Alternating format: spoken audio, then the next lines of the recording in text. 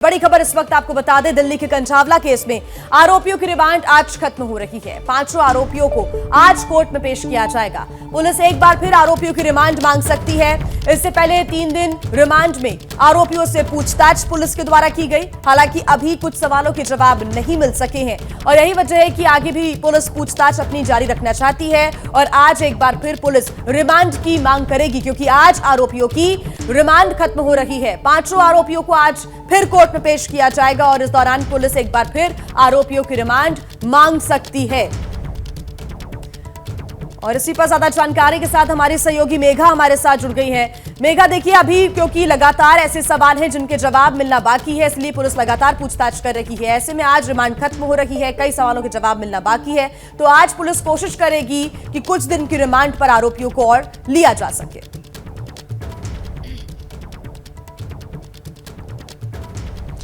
जी बिल्कुल जिया, आज जो है पांचों आरोपियों की रिमांड खत्म हो रही है और कई ऐसे अनसुलझे पहलू हैं, कई ऐसे सवाल हैं जिनके जवाब अभी भी मिलना बाकी है।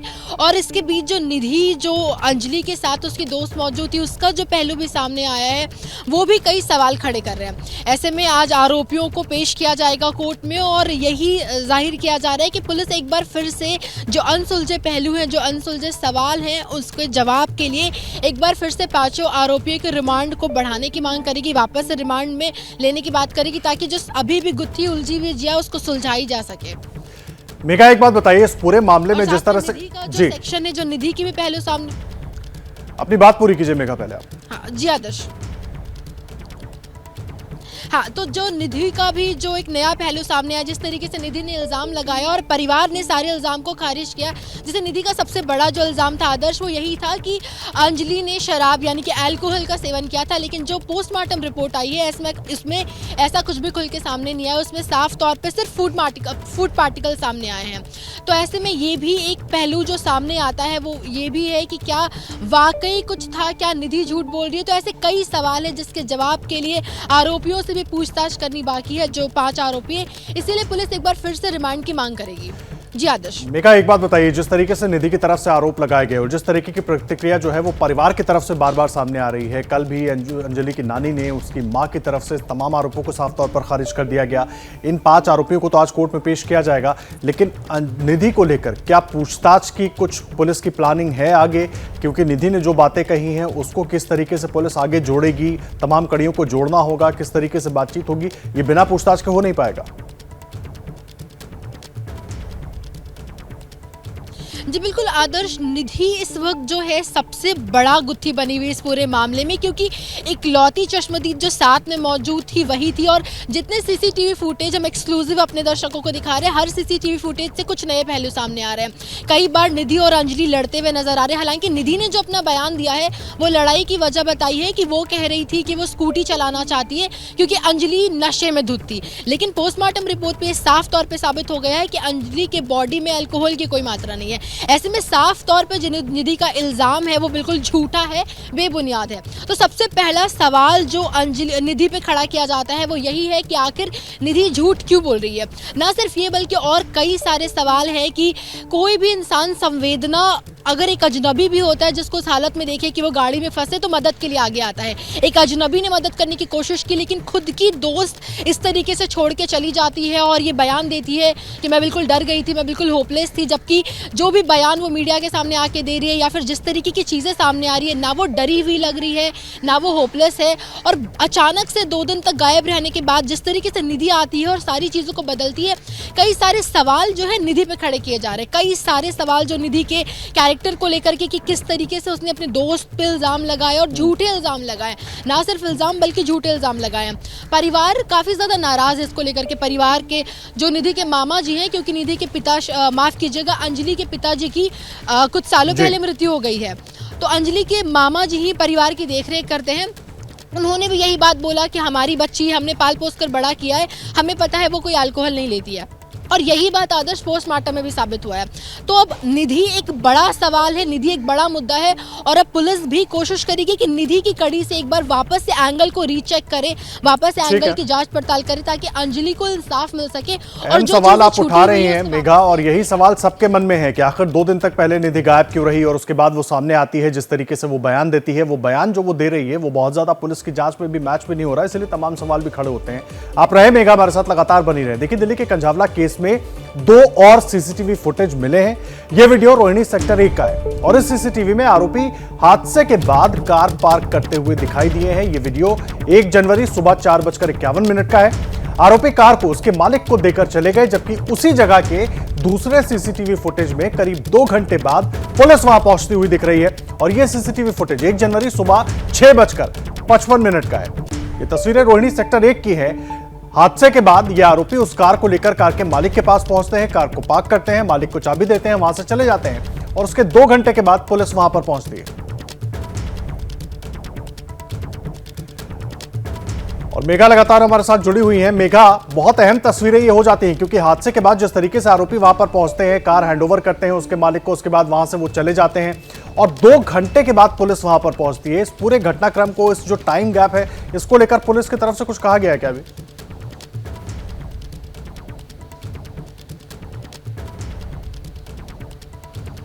जी आदर्श, जैसे कि आपने भी बताया, जो सीसीटीवी फुटेज हमारे पास है इस वक्त वो सुबह 4:51 के आसपास रोहिणी सेक्टर 1 में जो 5 आरोपी हैं वो कार हैंडओवर करते हैं कार के मालिक को, जो उसी सेक्टर के रहने वाले आशुतोष की बताई जा रही है। वो जो कार है वो आशुतोष की है और बिल्कुल 2 घंटे के दरमियान पुलिस की मौजूदगी वहाँ पर है। तो यहाँ पर पुलिस का जो भी पूरा एंगल है उसमें भी कई सवाल खड़े किए जाते हैं आदर्श, कि पुलिस 12 किलोमीटर तक जब एक लड़की को इस तरीके से दिल्ली की सड़कों पर इतनी बेदर्दी से ड्रैग किया जाता है, घसीटा जाता है, उस वक्त पुलिस कहाँ थी?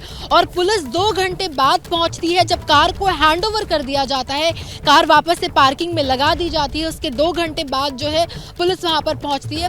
तो पुलिस का जो पूरा एंगल है वो भी बहुत ज्यादा सवालों में इस वक्त है। पुलिस पे भी काफी ज्यादा सवाल दिल्ली की जनता और लोग खड़े करे। इसमें जो स्पेशल ऑफिसर है शालिनी सिंह, उन्होंने अपनी बात कही और कहा है कि पुलिस के एंगल से भी जांच पड़ताल की जाएगी और स्पेशल रिपोर्ट जो है एमएचओ को सौंपी जाएगी कि कहीं कोई गलती नहीं हुई है या कहीं कोई गलती की गुंजाइश नहीं है, ताकि अंजलि को पूरी तरीके से इंसाफ मिले। और पुलिस लगातार अपने बयान पे टिकी हुई है कि गलती इस तरफ से हुई थी और शालिनी सिंह जो है स्पेशल ऑफिसर है वो चेक कर रही है इस पूरे मामले को और लगातार अपडेट दे रही है। और उनकी तरफ से मेघा रिपोर्ट भी अब गृह मंत्रालय को जल्द सौंपी जा सकती है। आपका शुक्रिया तमाम जानकारी के लिए। इसी से जुड़ी एक और बड़ी खबर आपको बता दें। देखिए, दिल्ली के कंझावला कांड में आज गृह मंत्रालय को रिपोर्ट सौंपी जा सकती है और इससे पहले केस की जांच कर रही स्पेशल सीपी शालिनी सिंह ने सुल्तानपुरी थाने पहुंची और कहा कि जब तक जांच चल रही है तब तक कुछ नहीं कहा जा सकता।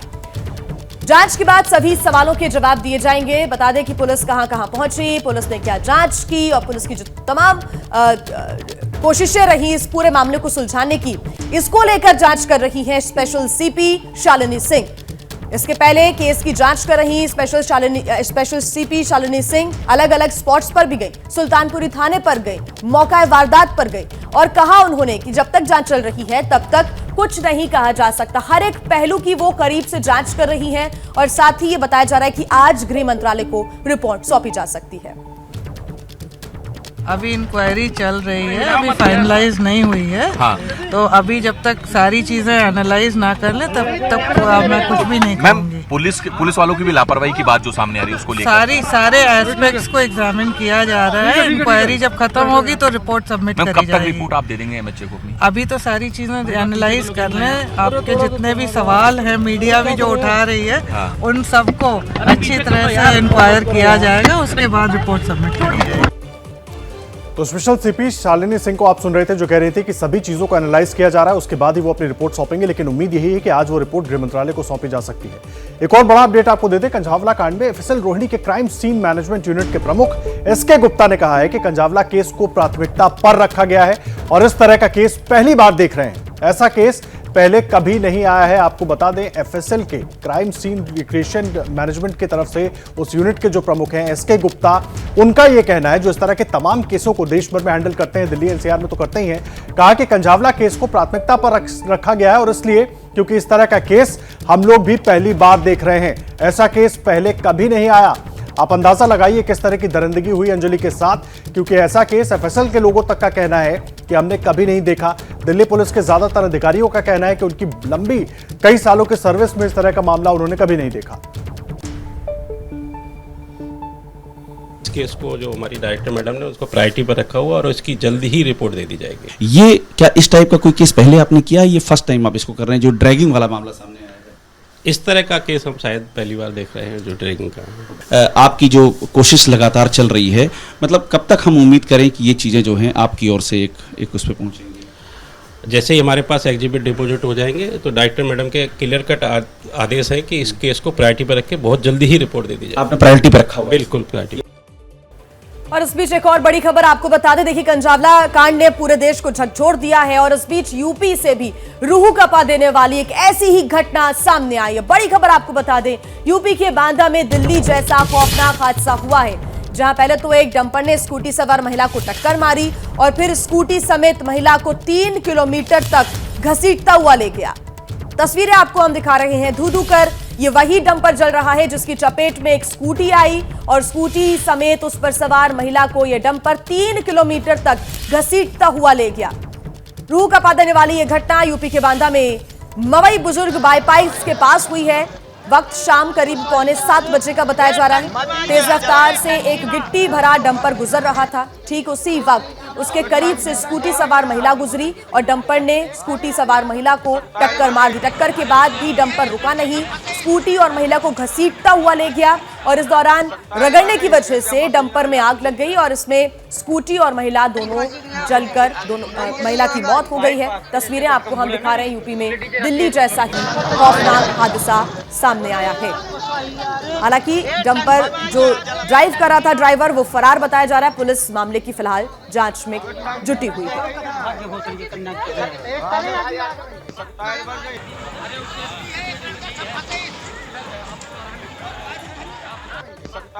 एक स्कूटी से महिला जिसका नाम पुष्पा देवी है, वो जो कृषि विश्वविद्यालय में गवर्नमेंट सर्वेंट थी, जो अपने पति की मृत्यु के उपरांत उनको नौकरी मिली थी, काम कर रही थी, लखनऊ की रहने वाली है। जा रही थी, एक्सीडेंट हुआ है, गाड़ी उनकी स्कूटी फंस गई है इस डंपर के अंदर और उसमें घर्षण से फ्रिक्शन से आग लग गई, जिससे मौके पे ही उनकी मृत्यु हो गई है। इसमें पंचायतनामा पोस्टमार्टम की कार्रवाई कराई जा रही है। मुकदमा पंजीकृत करके इसमें अन्य वैधानिक कार्रवाई अमल में लाई जाएगी।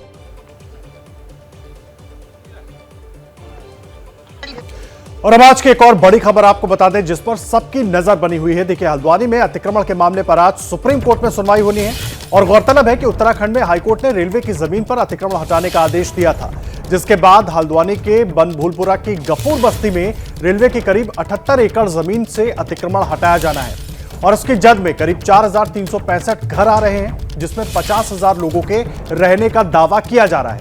हाईकोर्ट के आदेश के बाद रेलवे ने सार्वजनिक नोटिस जारी किया है, जिसके खिलाफ सुप्रीम कोर्ट का भी दरवाजा खटखटाया गया है, जहां आज सुनवाई होगी। इस खबर पर आज दिन भर नजर बनी रहने वाली है, क्योंकि हाईकोर्ट के बाद अब सुप्रीम कोर्ट में इस फैसले को चुनौती दी गई है और सुप्रीम कोर्ट इस पर अहम फैसला सुना सकता है। हल्द्वानी का यह मामला है, बनभूलपुरा के गफूर बस्ती का मामला है, जहां पर 78 एकड़ जमीन जो रेलवे की है उस पर बस्ती बनी हुई है और अवैध अतिक्रमण रेलवे की तरफ से उसको बताया गया, जिसके बाद हाईकोर्ट ने इस पूरी बस्ती को तोड़ने का आदेश दिया, अतिक्रमण हटाने का आदेश दिया, जिसके बाद अब ये पूरा मामला सुप्रीम कोर्ट पहुंच चुका है। निपुण सहगल हमारे साथ मौजूद हैं। निपुण, एक तो कब इस पूरे मामले पर सुनवाई होगी और जिस तरह से हाईकोर्ट का फैसला आया है उसको देखते हुए क्या कुछ लग रहा है? रेलवे की जमीन है, उस पर अतिक्रमण है। बिल्कुल आदर्श, देखिए 12 बजे के बाद कभी सुनवाई हो सकती है, क्योंकि आइटम नंबर 39 है ये सुनवाई की लिस्ट में, जस्टिस संजय किशन कौल और जस्टिस अभय ओका की बेंच में। और देखिए, इसमें तमाम पहलू हैं जिनकी विस्तृत सुनवाई की जरूरत पड़ सकती है अगर सुप्रीम कोर्ट सुनना चाहे तो, क्योंकि on the face of it जो सामने दिख रहा है वो यही दिख रहा है, हाईकोर्ट का आदेश है कि अतिक्रमण है, इसको हटाना पड़ेगा और बरसों से ये बात हो रही है कि वहां पर रेलवे की जमीन पर अतिक्रमण है। तो आखिरकार जब हाईकोर्ट का आदेश आ गया तो क्या वाकई उसको रोकने की जरूरत है? लेकिन सुप्रीम कोर्ट अगर ये मानता है कि इसको सुनना पड़ेगा तो पहली कोशिश यही रहेगी याचिकाकर्ताओं की कि वो रोक हासिल कर सकें और इसके लिए तमाम बातें वो बताई जाएंगी वहां पर, जो दावे किए गए हैं कि बरसों से लोग वहां पर रह रहे हैं, उनके आधार कार्ड है, कई लोग हाउस टैक्स भी देते हैं, वहां पर स्कूल है, अस्पताल है, तमाम चीजें हैं, मस्जिद है, मंदिर है और हजारों की आबादी है। तो ये सारी बातें तो कहेंगे, लेकिन एक दलील दी जा सकती है इस समय इंस्टेंट एक रोक हासिल करने के लिए कि इस ठंड के मौसम में इतने लोगों को बेघर कर दिया गया, तो आखिर वो जाएंगे कहां। और ये एक की पॉइंट हो सकता है जहां पर सुप्रीम कोर्ट इस कार्रवाई को टालने के लिए कहे और नोटिस जारी कर आगे उत्तराखंड सरकार और रेलवे से जवाब भी मांगे। तो ये देखना पड़ेगा, लेकिन कोशिश याचिकाकर्ताओं की यही रहेगी कि वो रोक हासिल करें इस आदेश पर जो हाईकोर्ट ने दिया है। जी बिल्कुल निपुण, आप हमारे साथ बने रहिए, आगे आपसे अपडेट्स हम लेते रहेंगे। तो ये दलीलें कोर्ट के अंदर दी जा सकती हैं, जिन दलीलों का जिक्र निपुण कर रहे थे। हल्द्वानी मामले की अगर हम बात करें तो यहां सीएम पुष्कर सिंह धामी ने भी बयान दिया है, कहा है कि ये मामला कोर्ट और रेलवे के पास है। रेलवे विभाग इस मामले में पार्टी है, राज्य सरकार का इसमें कुछ भी लेना देना नहीं है। अदालत का जो भी फैसला आएगा सरकार उसको मानेगी। माननीय न्यायालय और रेलवे विभाग के बीच की बात है। रेलवे विभाग उसमें पार्टी है और राज्य सरकार कहीं उसमें पार्टी नहीं है। और माननीय न्यायालय का जो भी निर्णय आएगा, चूंकि रेलवे और न्यायालय के बीच का मामला है, न्यायालय का जो भी निर्णय आएगा या जो निर्णय हाईकोर्ट का आया है, माननीय उच्चतम न्यायालय का आएगा, राज्य सरकार उस पर काम करेगी। सीएम पुष्कर सिंह धामी को आप सुन रहे थे। इस पर ज्यादा जानकारी के साथ हमारे सहयोगी निपुण हमारे साथ लगातार जुड़े हुए हैं। निपुण, दो बातें हैं। पहली तो ये कि फिलहाल सरकार इससे थोड़ा अलग होने की कोशिश कर रही है, किनारा करने की कोशिश कर रही है। जो भी फैसला आएगा उसके तहत ही फैसला लिया जाएगा, कार्य किया जाएगा। दूसरा ये कि बरसों से यहाँ पर मकान बसे हुए हैं, तब प्रशासन क्या कर रहा था और इस मामले को लेकर वहां रह रहे लोगों की क्या प्रतिक्रिया है? देखिए, सरकार जो है, राज्य सरकार, क्योंकि अलग अलग समय में अलग अलग राजनीतिक पार्टी सत्ता में आती है और वो अपने हिसाब से एक स्टैंड लेती है। तो जो स्टैंड होता है, भले ही उस पार्टी ने राजनीतिक कारण से भी लिया हो, लेकिन जो भी सरकार है, भले ही वो दूसरे विचार की हो, लेकिन सरकार का स्टैंड सरकार का ही स्टैंड माना जाता है। तो यहाँ पर कई ऐसी चीजें हैं जहां सरकार ने एक तरह से अगर ये अतिक्रमण है तो इसको स्वीकृति दी है राज्य सरकार ने ही, पिछली सरकारों ने। तो यहाँ पर अब पुष्कर सिंह धामी की सरकार अचानक ही कहे कि हाँ ये अवैध है, हम हटा रहे हैं, ये स्टैंड वो ले नहीं सकते, इसलिए कोर्ट के ऊपर वो इस मामले को छोड़ रहे हैं कि कोर्ट जो बोलेगा हम उसका पालन करेंगे। तो बड़ी बात यही है। और इसी में आपके दूसरे सवाल का भी जवाब है कि जब इतने सालों से यहाँ पर अतिक्रमण था तो कुछ क्यों नहीं हुआ। लेकिन रेलवे लगातार ये कहता रहा है कि उसकी जमीन है।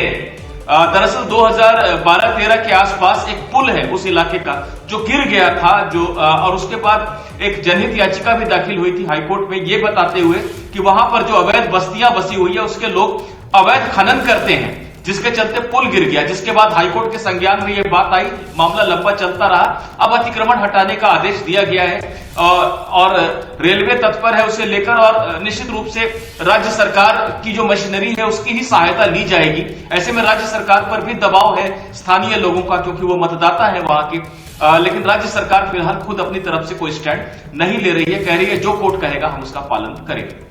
जी निपुण, बहुत धन्यवाद आपका इस पूरी जानकारी के लिए। निपुण सहगल हमारे सहयोगी, इस केस में क्या कुछ हो सकता है और किस तरीके से कार्रवाई होगी और कब सुनवाई होगी, सब कुछ पूरी जानकारी देते हुए लगातार अपडेट इससे जुड़ा आप तक पहुंचाते रहेंगे। देखिए, हल्द्वानी विवाद के बीच जोशीमठ में भी विरोध प्रदर्शन हुआ। आज सुबह 8 बजे चक्का जाम भी करेंगे लोग, बाजार भी बंद किए जाएंगे। कल भी बड़ी संख्या में लोगों ने प्रदर्शन किया है। ये बड़ा अपडेट हम आपको दे रहे हैं। हल्द्वानी विवाद के बीच जोशीमठ में भी विरोध प्रदर्शन लोगों की तरफ से किया जाएगा। जो वक्त दिया गया है, आज सुबह 8 बजे चक्का जाम करेंगे लोग, बाजार भी बंद कर दिए जाएंगे। और कल भी बड़ी संख्या में लोगों ने प्रदर्शन किया था। जिस तरीके से अतिक्रमण हटाने का आदेश हाईकोर्ट की तरफ से दिया गया है, उसको लेकर लोगों में नाराजगी है। लोगों के मन में भी कई सवाल हैं कि जब इतने सालों से वहां पर बस्ती बनती रही, लोगों के आधार कार्ड बन गए, लोगों के घर बन गए, हाउस टैक्स दे रहे हैं, तो उसके बाद अब अचानक इस तरह की कार्रवाई क्यों?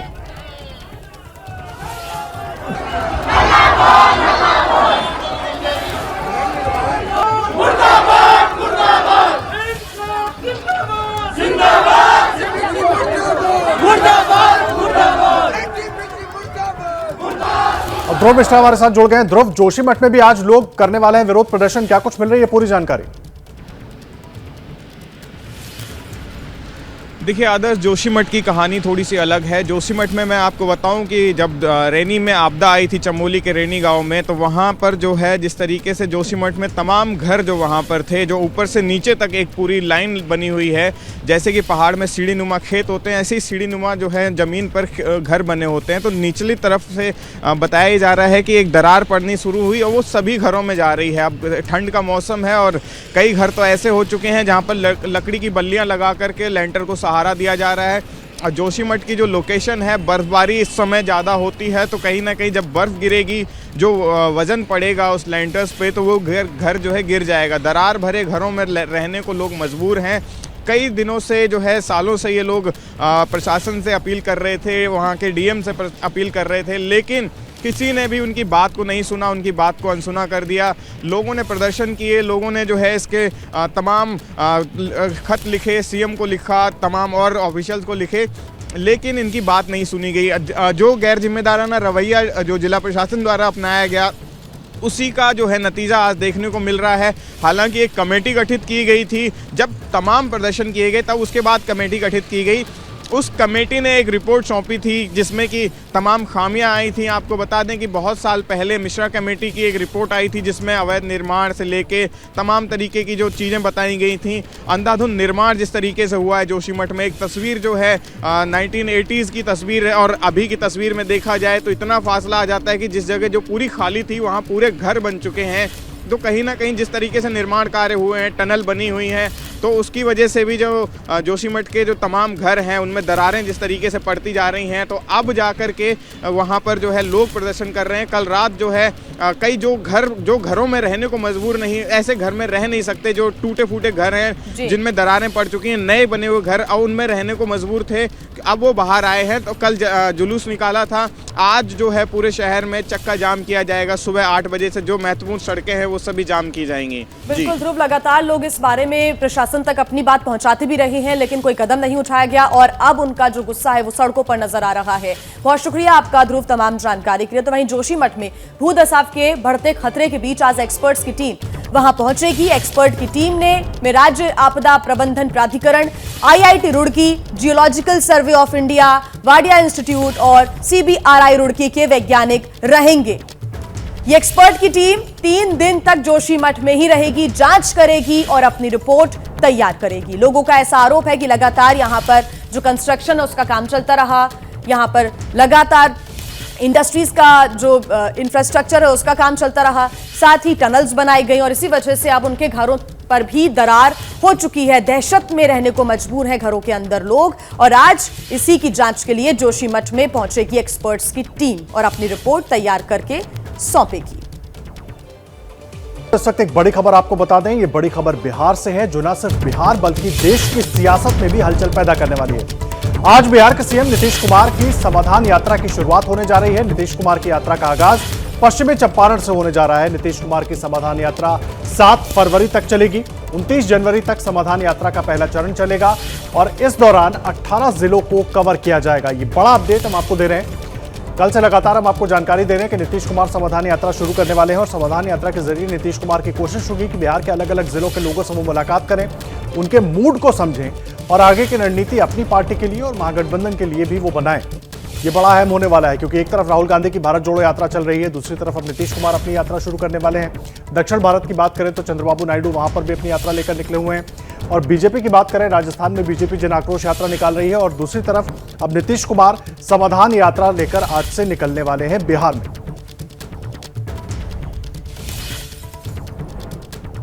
और वहीं नीतीश की समाधान यात्रा को लेकर नेता प्रतिपक्ष विजय सिन्हा ने क्या कुछ कहा है वो भी सुनिए। आप समाधान यात्रा इस सब का करने जा रहे हैं जनता से दूरी बनाकर। ये समाधान यात्रा नहीं, ये व्यवधान यात्रा है और यही यात्रा आपका विदाई यात्रा भी होगा। आप प्रतिनिधियों का, जनप्रतिनिधियों का अपमान न करें, आप प्रशासनिक व्यवधान पैदा न करें और प्रशासनिक अराजकता जनता के बीच जो अराजकता का वातावरण बना रहा है वो आपका व्यवधान यात्रा विदाई यात्रा में बदल देगा। और इसी पर ज्यादा जानकारी के साथ हमारे सहयोगी शशांक हमारे साथ जुड़ गए हैं। शशांक, आज से नीतीश कुमार की समाधान यात्रा की शुरुआत होने जा रही है और जैसा कि नाम है समाधान यात्रा, क्या उन तक भी समाधान पहुंच सकेगा इस यात्रा के बाद? और जब वो जिलों में पहुंचेंगे तो लोगों की जो समस्या होगी उनको सुनेंगे।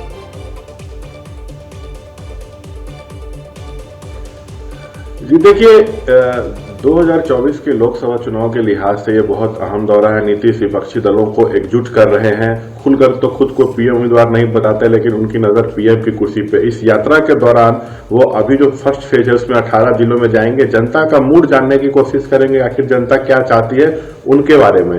वहीं साथ में सरकारी हिडन एजेंडा तो इस दौरा का यही है, इस यात्रा का, लेकिन इसमें सरकारी कामकाज का जायजा लेंगे, योजनाओं की समीक्षा करेंगे।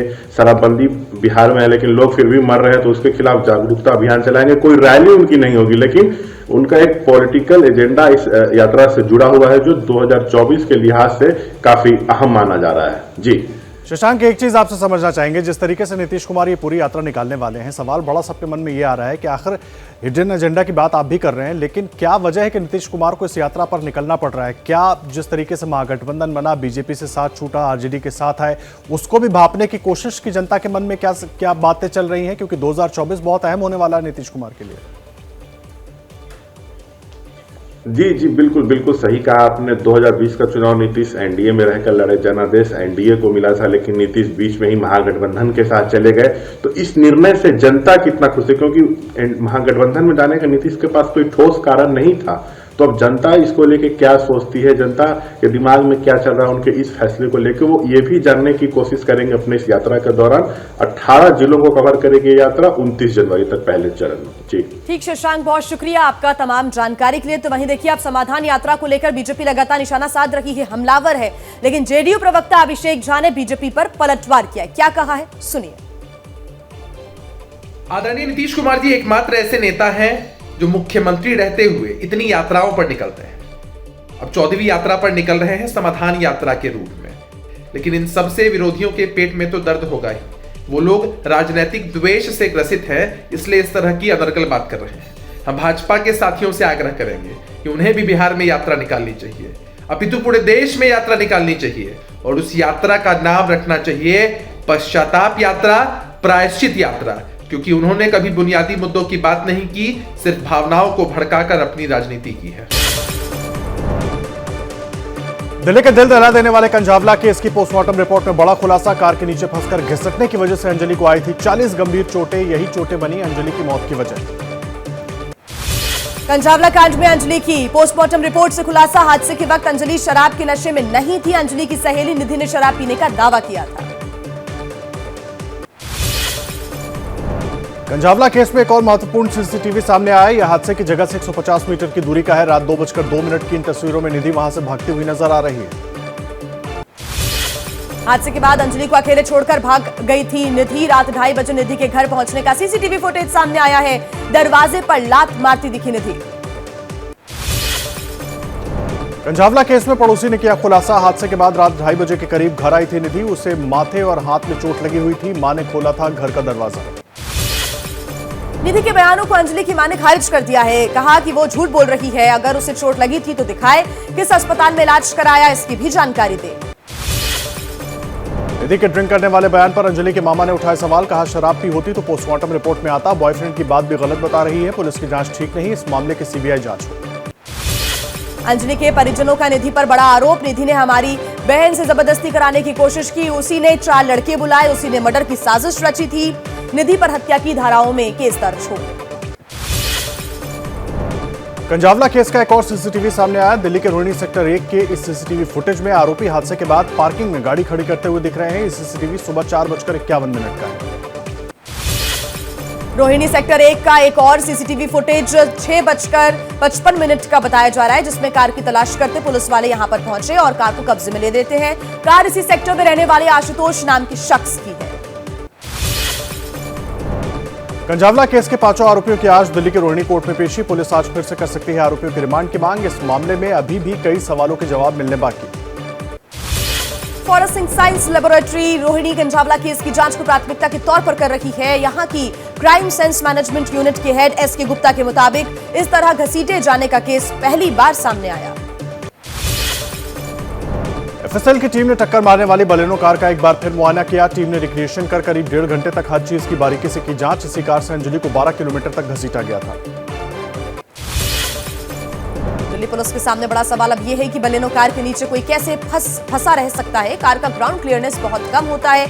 ऐसे में क्या किसी के फंसे होने पर भी कार 12 किलोमीटर तक चल सकती है? सुल्तानपुरी थाने में खड़ी बलेनो कार के सामने स्कूटी गिराकर भी दिल्ली पुलिस और एफएसएल की टीम ने जांच की। यह पता लगाने की कोशिश की गई कि क्या संभव है कि स्कूटी फंसी होने के बावजूद कार चल सके। जल्दी गृह मंत्रालय को सौंपी जा सकती है कंझावला कांड की जांच report. Special CP Shalini Singh कर रही है मामले की जांच। सुल्तानपुरी थाने पहुंची शालिनी सिंह ने कहा कि अभी इंक्वायरी चल रही है, जांच के बाद ही कुछ कहेंगे। कंझावला केस से जुड़े एक के बाद एक चौंकाने वाले सीसीटीवी सामने आ रहे हैं। ऐसा एक और सीसीटीवी मिला जिसमें हादसे के बाद पुलिस की पीसीआर वैन का आरोपियों की कार से आमना सामना होता है। दिल्ली पुलिस अब तक मिले तथ्यों की कॉल डिटेल्स और मोबाइल लोकेशन के जरिए जांच करेगी। पुलिस निधि, अंजलि और आरोपियों के कॉल डिटेल्स की जांच कर रही है। निर्भया की मां आशा देवी अंजलि के परिवार से मिलने पहुंची। कहा निधि के बयानों से सहमत नहीं, परिवार को मिले आर्थिक सहायता और नौकरी। कंझावला कांड में अंजलि के परिवार से मिले डिप्टी सीएम मनीष सिसोदिया। कहा लड़की के साथ की गई दरिंदगी, सरकारी नौकरी देने का ऐलान किया। निधि के बयान पर अंजलि की नानी कांता बोली, हमें नहीं है निधि की किसी बात पर भरोसा, निधि पूरी तरह से झूठ बोल रही है। अंजलि के परिवार की मदद कर रहे डॉक्टर भूपेंद्र चौरसिया का दावा, यह हादसा नहीं बल्कि प्लान्ड मर्डर है। 5 आरोपियों को फांसी की सजा होनी चाहिए। दिल्ली की बेटी अंजलि को न्याय दिलाने के लिए आम आदमी पार्टी ने जंतर मंतर पर निकाला कैंडल मार्च। कहा बीजेपी बेटियों के अपराधियों को बचाना बंद करे। आम आदमी पार्टी के विधायक सौरभ भारद्वाज का बीजेपी पर सीधा आरोप। कहा यह बीजेपी की सबसे घिनौनी हरकत। बीजेपी और पुलिस मिलकर एक लड़की को मृतक के दोस्त बताकर अनाप शनाप बयान दिलवा रही है। आम आदमी पार्टी सांसद संजय सिंह ने कहा अमित शाह से गृह मंत्रालय नहीं संभाला जा रहा है तो पुलिस अरविंद केजरीवाल को सौंप दें, हम करके दिखाएंगे कि कैसे सब ठीक किया जाता है। दिल्ली में महिलाओं पर हो रहे अपराधों पर बोली आम आदमी पार्टी की विधायक आतिशी। कहा गृह मंत्रालय, एलजी और पुलिस अपनी जिम्मेदारियों को ठीक से निभाए। महिलाओं पर हो रही ज्यादातर घटनाओं में बीजेपी के लोग ही शामिल। दिल्ली में बदमाशों ने एएसआई शंभू दयाल पर चाकू से किया हमला। अस्पताल में भर्ती, थाने लाते हुए रास्ते में आरोपी ने किया हमला। एएसआई ने बहादुरी दिखाते हुए बदमाश को मदद आने तक रोके रखा। श्रद्धा हत्याकांड में जंगल से मिले बाल और हड्डियों पर नया अपडेट। हैदराबाद लैब से मिली डीएनए रिपोर्ट में श्रद्धा के बाल और हड्डियों के सैंपल मैच हुए। अब पोस्टमार्टम के लिए भेजी जाएंगी हड्डियां। बेंगलुरु के यशवंतपुर रेलवे स्टेशन पर सफाई कर्मी को ड्रम में बंद मिली महिला की लाश। 3 दिन तक कूड़ेदान में रखे ड्रम में सड़ चुकी थी लाश। फॉरेंसिक डिपार्टमेंट ने जांच शुरू की। कोलकाता में एनआईए ने 17 जगहों पर मारे छापे। 9 अक्टूबर को इकबालपुर मोमिनपुर में 2 समुदायों के बीच हुई थी हिंसा। झड़प के दौरान तोड़फोड़ और संपत्ति को नुकसान पहुंचाने का है आरोप। इकबालपुर मोमिनपुर हिंसा मामले में एनआईए ने 3 आरोपियों के घर से कई आपत्तिजनक सामान बरामद किए। एनआईए ने करीब 34 लाख रुपए और कुछ धारदार हथियार भी जब्त किए हैं। मध्य प्रदेश के सीधी में एक नवोदय विद्यालय के छात्र ने घर पर की आत्महत्या। सुसाइड नोट में स्कूल शिक्षक पर लगाया जातिगत प्रताड़ना और आत्महत्या के लिए उकसाने का आरोप। यूपी के अमरोहा में नेशनल हाईवे 9 पर स्टंट कर रहे युवकों पर पुलिस ने कार्रवाई की। लाइसेंस रद्द कर गाड़ियों को सीज कर दिया है। स्टंट का वीडियो सोशल मीडिया पर वायरल। यूपी के बरेली में युवती से गैंगरेप का मामला सामने आया। पिता ने 6 लोगों के खिलाफ कराया केस दर्ज। पुलिस जांच में जुटी। बिहार के गया में मोस्ट वांटेड अपराधी उमा सिंह को पुलिस ने गिरफ्तार किया। लंबे समय से चल रहा था फरार। अवैध बालू खनन और फायरिंग का था मामला। राजस्थान के भरतपुर में 6ठी मंजिल से छलांग लगाकर एक युवक ने की आत्महत्या। जिला अस्पताल में भर्ती महिला से देर रात मिलने आया था युवक। पूरी घटना सीसीटीवी में कैद हुई। पंजाब के मोगा में कबड्डी खिलाड़ी गुरप्रीत की गोली मारकर हुई हत्या। भारतीय कबड्डी टीम को कोचिंग भी देते थे गुरप्रीत। विदेशों में भी खेल चुके हैं कबड्डी। यूपी के लखनऊ में 22 वर्षीय युवक के सिर पर वार करके हुई निर्मम हत्या। हत्यारे मौके से हुए फरार। शहीद पथ के पास झाड़ियों में मिला शव। अभी तक शव की पहचान नहीं। शिमला में आईजीएमसी में फर्जी दस्तावेजों के आधार पर एमबीबीएस में ले लिया एडमिशन। नीट के रिजल्ट में छेड़खानी कर बनाया था फर्जी सर्टिफिकेट। डॉक्यूमेंट वेरिफिकेशन में पोल खुली। छात्र हुआ गिरफ्तार। गुजरात के सूरत में प्रतिबंधित चाइनीज मांझा बेचने पर 4 गिरफ्तार। गुजरात हाईकोर्ट ने सरकार से 2 दिन के अंदर मांगा जवाब। वन्य जीवन अपराध नियंत्रण ब्यूरो के प्रयासों से पकड़े गए आरोपी। यूपी के मुरादाबाद में दबंगों के हौसले 7वें आसमान पर। छेड़छाड़ के मामले में समझौता न करने पर पीड़िता के भाई पर हमला किया। पुलिस ने 3 के खिलाफ केस दर्ज कर मामले की जांच शुरू की। यूपी के मुरादाबाद में पुलिस ने नशीली दवा बेचने वालों पर की एक बड़ी कार्रवाई। छापा मारकर 4 लोगों को गिरफ्तार किया। नशीली दवाओं के 12,480 कैप्सूल और 200 से ज्यादा इंजेक्शन भी बरामद। यूपी के बलरामपुर में पूर्व एसपी विधायक आरिफ अनवर की संपत्ति कुर्क की गई। जिलाधिकारी के आदेश के बाद 2 पेट्रोल पंप सहित 11 करोड़ 50 लाख की संपत्ति को कुर्क किया गया है। अवैध संपत्ति मामले में कार्रवाई हुई है। मध्य प्रदेश के बालाघाट में ज्वेलरी की दुकान पर ग्राहक बनकर आए चोरों ने उड़ाए 3 हार और अंगूठी। चोरी किए गए गहनों की कीमत 3 लाख के करीब। सीसीटीवी के आधार पर पुलिस जांच में जुटी। चंडीगढ़ में मिले बम शेल पर एसएसपी मनीषा चौधरी का बयान। 1960 में इस्तेमाल होता था ये शेल कोई एक्सप्लोजिव कंटेंट नहीं था। किसी स्क्रैप डीलर ने यहां छोड़ा होगा। जांच अभी कर रहे हैं। यूपी के लखनऊ में सड़क पर हुड़दंगई पड़ी भारी। वायरल वीडियो के आधार पर हुई धरपकड़। गोमती नगर में सड़क पर एक्शन दिखाने वाले पुलिस के सामने भीगी बिल्ली बने नजर आए। यूपी के बहराइच में 2 करोड़ की 5 किलो चरस के साथ महिला तस्कर गिरफ्तार। नेपाल से हिमाचल प्रदेश जा रही थी महिला। गिरफ्तार कर महिला को भेजा गया जेल। यूपी के कानपुर में प्रेमी ने विवाद होने के बाद प्रेमिका की नस काटी। सड़क पर बेहोश पड़ी युवती को राहगीरों ने निजी अस्पताल में भर्ती किया। पुलिस जांच में जुटी। जम्मू कश्मीर के कुपवाड़ा में पुलिस को ड्रग्स तस्करी के खिलाफ अभियान में मिली बड़ी कामयाबी। 2 लोगों को किया गिरफ्तार। 2 किलो हेरोइन भी बरामद। उत्तराखंड के हल्द्वानी में अतिक्रमण हटाने के मामले में सुप्रीम कोर्ट आज करेगा सुनवाई। याचिकाकर्ताओं का दावा 20 साल से रह रहे हैं और नगर निगम को हाउस टैक्स भी देते हैं। हल्द्वानी में अवैध अतिक्रमण हटाने के खिलाफ लोगों का प्रदर्शन। हजारों लोग सड़कों पर। रेलवे की जमीन पर रहते हैं 4000 से ज्यादा परिवार। 20 मस्जिदें, 9 मंदिर और कुछ स्कूल भी। हल्द्वानी अतिक्रमण मामले में सीएम धामी ने कहा यह मामला रेलवे विभाग का है। राज्य सरकारें इसमें कोई पार्टी नहीं। न्यायालय का जो फैसला आएगा राज्य सरकार उस पर काम करेगी। भारत में पिछले 24 घंटे में मिले कोरोना के 175 मरीज। 2 लाख से ज्यादा लोगों के किए गए कोरोना टेस्ट। एक्टिव केस की संख्या 2570 हुई। राजस्थान में कोरोना के नए वेरिएंट का खतरा। जयपुर में मिला ओमिक्रॉन वेरिएंट ओमिक्रॉन XBB.1.5 का केस। 19 दिसंबर को अमेरिका से आया था जयपुर। मरीज के परिजनों की हो रही है स्क्रीनिंग। भारत में धीरे धीरे पांव पसार रहा है कोरोना का XBB.1.5 वेरिएंट। राजस्थान के अलावा गुजरात में 3, कर्नाटक में 1 मिला मरीज। केंद्र और राज्य सरकारें अलर्ट पर। कोरोना के खतरे को लेकर WHO ने आगाह किया। ग्लोबल प्रेस कॉन्फ्रेंस में एबीपी न्यूज के सवाल पर बोले WHO एक्सपर्ट। कहा नई लहर आ सकती है। तेजी से फैल रहा है XBB.1.5 वेरिएंट। यूपी में 10 से 12 फरवरी तक चलने वाले ग्लोबल इन्वेस्टर समिट की तैयारियां जोरों पर। समिट में जुटेंगे देश विदेश के बड़े इन्वेस्टर। समिट से पहले होने वाले रोड शो शुरू। पश्चिम बंगाल की मुख्यमंत्री ममता बनर्जी का गंगासागर दौरा। मेले के इंतजामों का लिया जायजा। काली मुनि मंदिर में जाकर पूजा अर्चना भी की।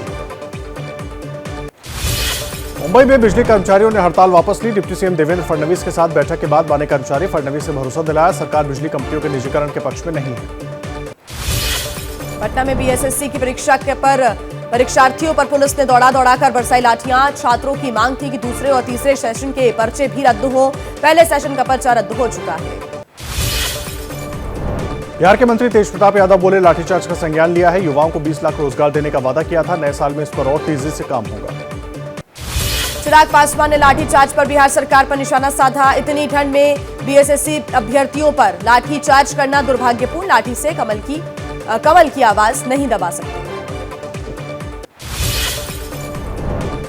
पटना में छात्रों पर हुए लाठीचार्ज की बीजेपी ने की निंदा। बिहार बीजेपी के प्रवक्ता निखिल आनंद ने कहा पुलिस की लाठीचार्ज और बर्बरता घोर निंदनीय है। बिहार सरकार बिल्कुल ही संवेदनहीन हो चुकी है। पूर्व कृषि मंत्री सुधाकर सिंह पर बरसे बिहार के मौजूदा कृषि मंत्री सर्वजीत। पत्रकारों के सवालों पर कहा वो प्रधानमंत्री है क्या, जो बोलेंगे वो होगा। पंजाब सरकार के आश्वासन के बाद ट्रक ट्रांसपोर्टर्स ने खत्म की हड़ताल। कैबिनेट मंत्री कुलदीप धालीवाल और ट्रांसपोर्ट मंत्री लालजी भुल्लर के साथ ट्रांसपोर्टर्स की मीटिंग के बाद ऐलान। वानखेड़े टेस्ट में जीत के बाद श्रीलंका के खिलाफ दूसरा T20 खेलने मैदान में उतरेगी टीम इंडिया। शाम 7 बजे पुणे में खेला जाएगा मैच से पहले टीम इंडिया को बड़ा झटका। चोट की वजह से अगले दोनों T20 मैच नहीं खेल पाएंगे संजू सैमसन। उनकी जगह विकेटकीपर और बल्लेबाज जितेश शर्मा को मौका। ऋषभ पंत की तबियत को लेकर बीसीसीआई अलर्ट पर। देहरादून से मुंबई शिफ्ट किए गए ऋषभ पंत पहले एयर एम्बुलेंस और फिर ग्रीन कॉरिडोर बनाकर कोकिलाबेन धीरूभाई अंबानी अस्पताल पहुंचाया गया। महिला आईपीएल टीमों की होगी नीलामी। बीसीसीआई ने जारी किया टेंडर। कंपनियां 21 जनवरी तक खरीद सकेंगी डॉक्यूमेंट। 2023 में पहली बार किया जाएगा वुमेन आईपीएल का आयोजन। क्या मजबूरी है मेरी, बताइए।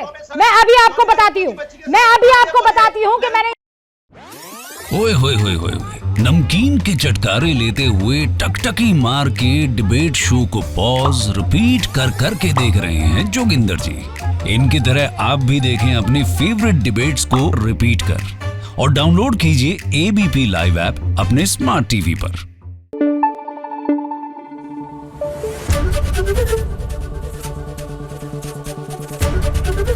एबीपी न्यूज आपको रखे आगे।